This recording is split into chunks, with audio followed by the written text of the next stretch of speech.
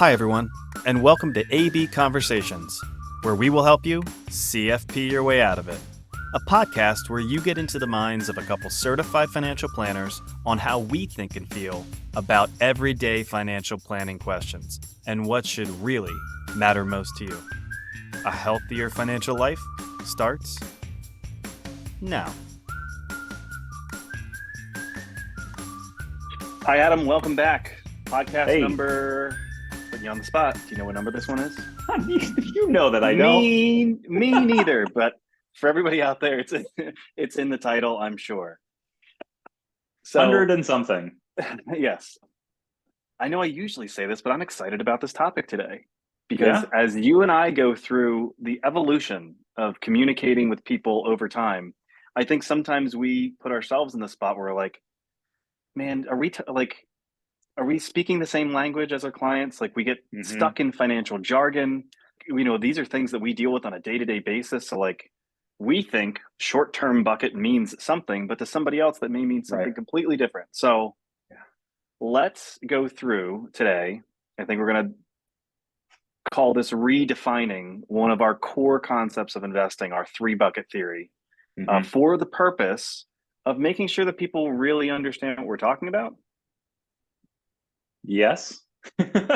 So I think the important part is, to your point, I think I know I'm guilty of this frequently because we live it, we breathe it, we interact with this all day long.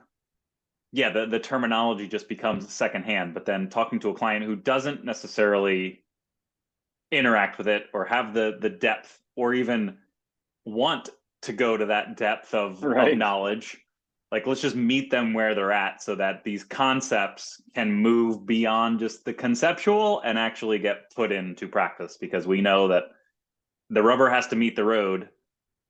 Implementation, getting things put in the right spots, moving forward, getting things done is ultimately the name of the game. So now it's just trying to connect these two sides so that someone has a really good idea of what we mean when we say the short-term bucket. And that's going to mean different things to different people. Especially when there are times of angst or we're in this spot where it sounds so simple. We've gone through financial planning to say, here's what we think you need over what period of time. Here's how we're going to invest it. But then they're going to open up their statement. They're going to go to the online portal. And I think being able to connect the dots between what that concept was and where your money is in these different accounts at these different times, it's just going to help. It's not only going to help with our communication, with their understanding, but I really hope it helps at a time when there's flux in their life, to really see how they're doing in what bucket, to be able to hopefully at all times just feel okay. Good times are in bad. Yeah, and I think so. Ultimately, I think some of it comes down to just the mental accounting, and I know we do that not only with clients, but I know I do it in my personal life. This money is for this purpose, and I think a lot of clients do the same thing. So a lot of this concept of the three buckets is just trying to align those mental accounting buckets, and we'll give some examples of maybe how clients have built in their own terminology, and we've kind of now used that for them, just because it makes that conversation so much easier when we are speaking the same language and we're referring to whatever that is the same way. It just makes it very easy to connect those dots. So very broadly, we really talk about three buckets in investment and financial planning. This is where those two things come together: short-term bucket, medium-term bucket, long-term bucket.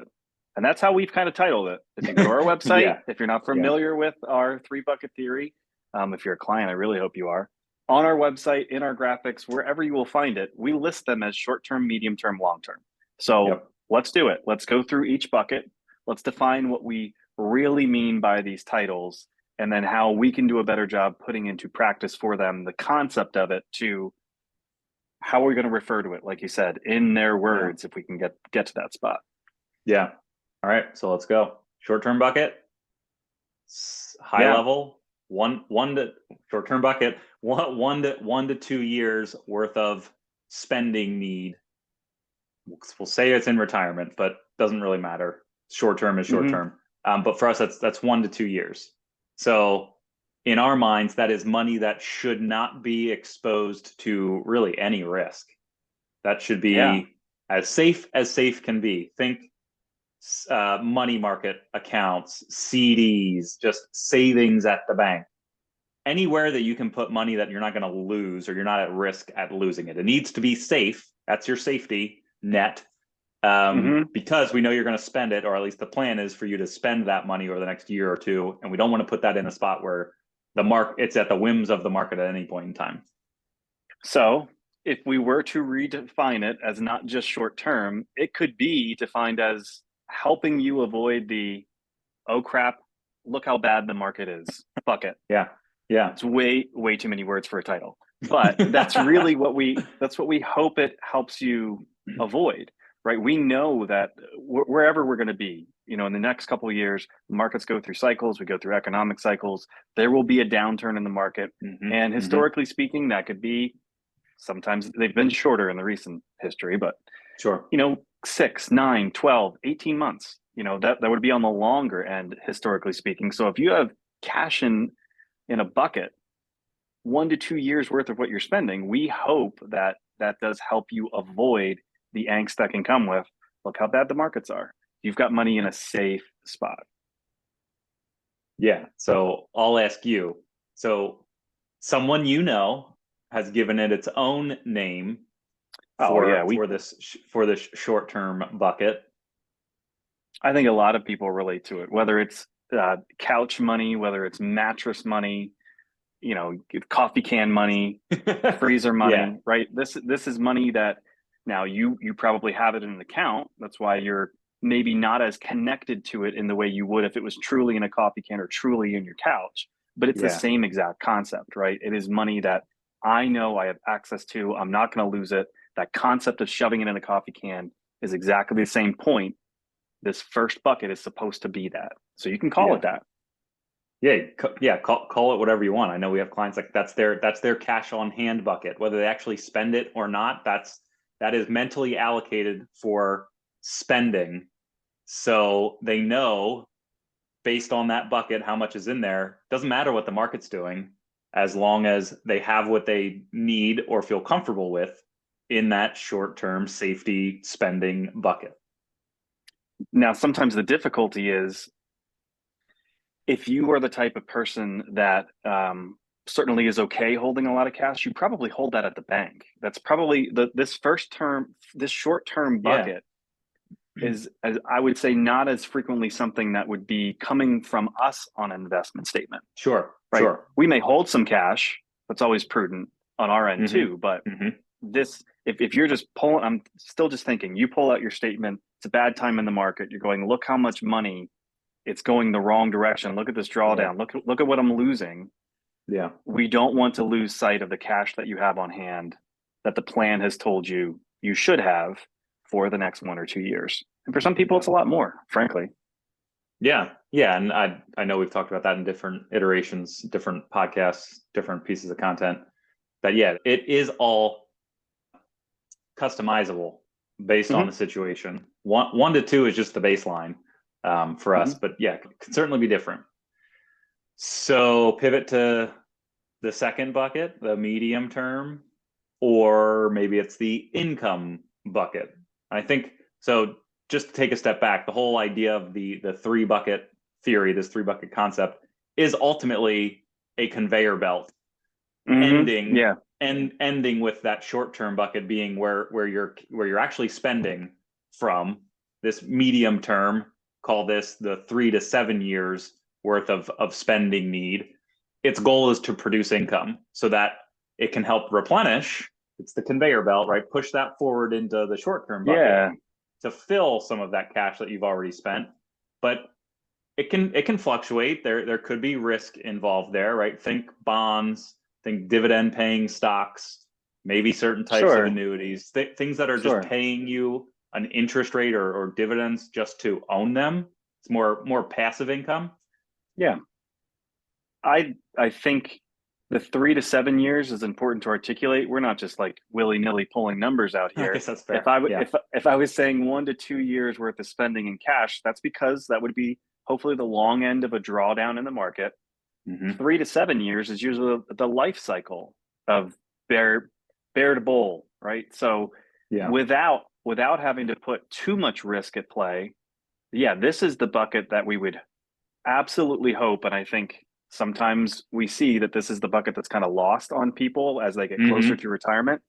Yeah. But the anxiety of retiring and knowing that your money's finite is because you feel like you're losing those paychecks coming to you on a biweekly, monthly, whatever it was for you. Yep. We Yeah. want you to think of this medium term bucket. You called it income. Think of that like your paycheck, right? Regardless of whether that value of it is going up or down, it is paying you. And as long as it is paying you and we are passing that forward, then that is replenishing the cash. So I don't know your thoughts here on other ways that we could describe it that's maybe a little bit more tangible. Well, yeah, you just kind of said it. We like to compare this bucket to somebody's house, right? Okay. Your house is fluctuating in value over time, but it really doesn't matter because that's not Mm-hmm. necessarily if it's your primary residence. I think its sole purpose is shelter, right? Literally the roof over your head. Great Right. that the value is going up over time more often than not. Sometimes it can go the other direction, but ultimately its purpose is shelter. This bucket, similarly, its purpose is income. So yes, the your investments, however that's structured, can fluctuate in value, but that's not necessarily its main purpose. So it again just comes down to the mental accounting. This is how I'm invested. I know it's going to fluctuate, but as long as it's paying me that income just to own it, that's the biggest important piece of that medium term, that income bucket. Call it Yeah. that's the golden goose. Those are your golden eggs that are being produced Yeah. in that bucket that we're hoping just for owning this golden goose, it's going to spit out some eggs for me to eat in retirement. Yeah. We're probably too far removed from that concept of you had a bond and you're clipping the coupons and like handing in the coupon to get your paycheck. So, Yeah. in today's world, I don't know if this is a fair parallel, but you get your social security check depending on your birthday, the first, second, third week of the Yeah. month. Yeah. Yeah. If you worked for a company that pays you a pension, that's a consistent paycheck. It may not be that robotic, it may not be that consistent, but it's the Sure. same concept that regardless of the value of the bucket, that income stream is coming to you to help replace the paychecks that you were used to. So, yeah, I liked the way that you called that. This is the roof over the head bucket, right? This is going Yep. to provide, pay the bills, hopefully on a consistent basis. And over time, I think it's fair to say that this bucket should sustain some sort of value. It's not, I know we had a Oh, bad right. year.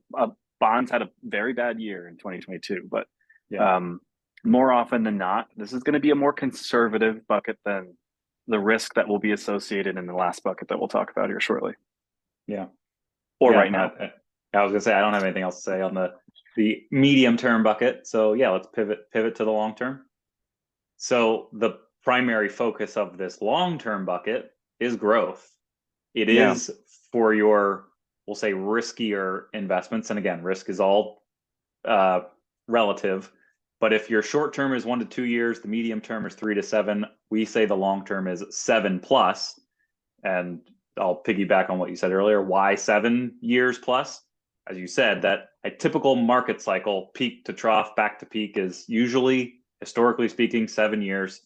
That hasn't necessarily played out to a T in Mm-hmm. recent history, but I think it is still a really good guideline that at any point, if you have enough of your spending set aside in bucket one, the short term, or bucket two, the medium term, or I should say, and not or, in theory, you shouldn't have to worry about what your long term bucket is doing in any 7 year period, giving Yeah. yourself the time to ride out the eventual volatility, the pullbacks, the corrections that we will see regularly in the markets.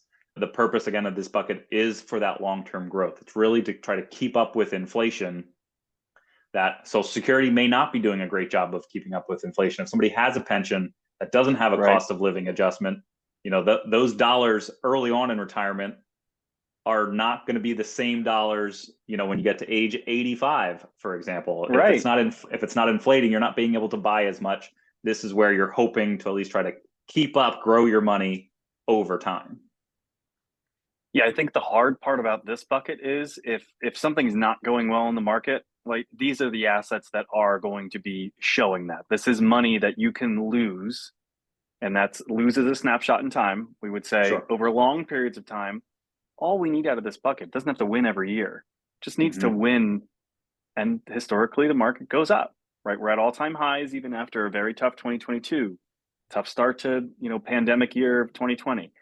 Yeah. If it does its job, it's for the long term. Any losses should hopefully be short term. But that's why we have those front two buckets to give yourself the opportunity to wait out that period of time, not have to do anything. Maybe we're going to tell you to rebalance, but when you have gains, when there are those good years, we're not letting it ride. You take those gains, you pass them forward to an income bucket, which is taking the income and passing it forward to the cash bucket, like you said, the conveyor Yeah. belt. So Yeah. I know this one's a tougher concept, I think, because we are so sensitive to short-term movements in the market. And this Yeah. bucket is what the news is talking about. When people say the market, the S&P, the Dow Jones, the NASDAQ, this is the bucket they're talking about. Yeah. And it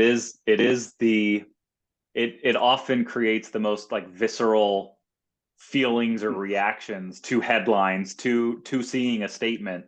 I'm sure thinking back to very beginning of COVID times when the market was down 30% in a 3-week period.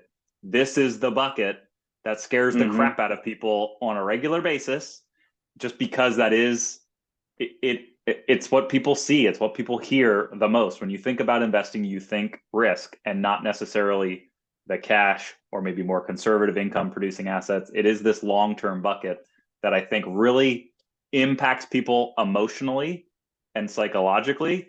But that's where our hope is, if you're able to structure things in a way to put things into perspective. This long-term bucket, this growth engine that I need to invest in for my future self. Yeah, it's future me money. Yeah, and I think I made the joke earlier before we started recording. Depending how old somebody is, say they're 60 years old and they're looking forward to retirement. Any money in that long-term bucket, that's for 70-year-old me. I'm not Yeah. going to touch this for at least the next 7 years, assuming all my plan is set up in a way that allows this last bucket to just do its thing over time. And to your point, it's not, the S&P stocks are not going to always go up. We know that. Mm-hmm. History has taught us that over and over again. But more often than not, time is your friend in this bucket. So that's where setting up your first two buckets to give yourself time to just let things go on the stock side. Over time, usually you're rewarded for that. Yeah, and what's kind of popping into my head right now, Adam, I think when people get to retirement, and we really, the three bucket theory is something that we would focus on being like, here's how you're going to run your retirement portfolio. I think people think like how they behaved while they were saving needs to be vastly different when now they have a finite pool of resources, right? I need to invest differently. I need to review this. I don't want to see short-term losses because this is all I have. I would encourage people to just tap into that saver mentality, right? What got you all this money that you can now place in these buckets? It was the mindset at 30, 40, 50-year-old, whenever you could start saving, that this is future me money. I can set this aside. I'm not going to worry about what it does this year because this is for my retirement. This growth bucket is that same concept. Just because you retired at 62, 65, whenever it is, this is money for much later in life. We can't just put everything in cash. It won't keep up with inflation. We can't just put everything in that income bucket. It may not keep up with healthcare expenses. Yeah. You need to have this, and we would encourage you to have that same mindset. This is your savings for the future. This is future me money. I don't have a better name for it.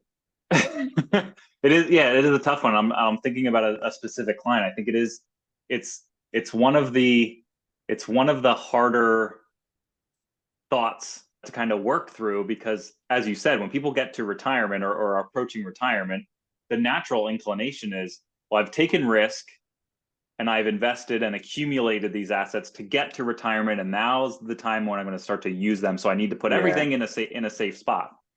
But yeah, more often than not, we're hoping for many people that they're going to have a long retirement runway, that putting everything in a safe spot on day one of retirement doesn't always make the most sense. And I shouldn't say doesn't always, it rarely, if ever, makes the most sense, because there are so many other variables in retirement that can throw you a curveball, and you're going to want to be able to have some growth, have access, keep up with inflation, as we said, like just build a long-term care bucket if you need to, if you're not buying insurance, just other things that you want to account for in retirement. I'll go back to, I have a client in mind who always pushes back. He's in his early 70s, always pushes back on, the concept of, well, the longer we can keep this invested, right? Don't kill any golden geese that are laying your golden eggs, the better off you'll be in the long run. But the answer, or the pushback, is always, yeah, but I don't know. Long is all relative to me. I may only have a few years. So like long term, I can't even think long term, because I'm only looking at what's in front of me just to get through the short term. But point being, we don't know what our future holds. The whole point of saving for retirement, as you said, is to give yourself that cushion, to give yourself that future flexibility, because we don't know what we're going to need, when we're going to need it. We're all just making these assumptions and planning in today's world for tomorrow. And having that growth bucket, this long-term bucket, just gives you a better opportunity for flexibility in the future if and when it's needed. So then I'd wrap it up by probably saying this concept of 3 buckets is kind of the framework for everybody that we work with. Now, what you have in each bucket may be relative to how you view investment risk, how you plan to spend, and what you need at what given time. But I think this works for everybody, which is why we would say the call to action, if we're working together, is call these buckets what you will. What's going to work for you? We can even nickname your accounts as we need to on the website, on your statements, whatever.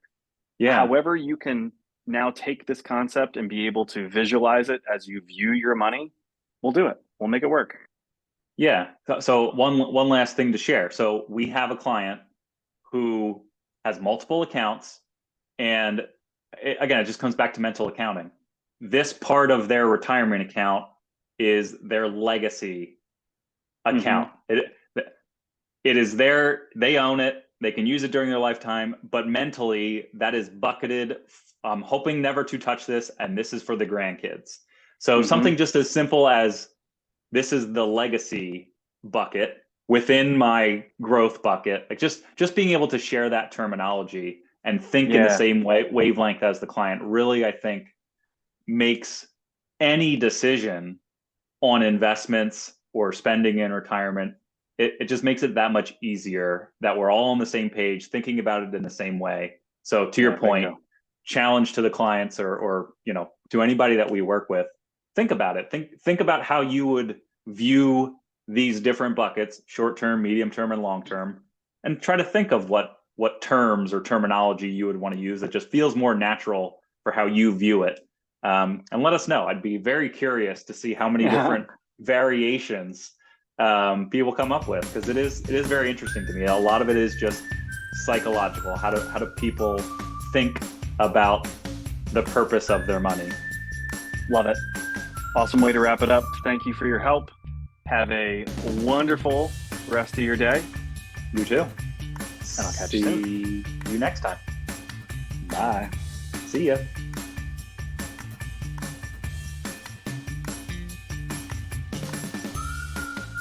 Hey everyone, Adam and I really appreciate you tuning in. Please note that the opinions we voiced in the show are for general information only and are not intended to provide specific recommendations for any individual.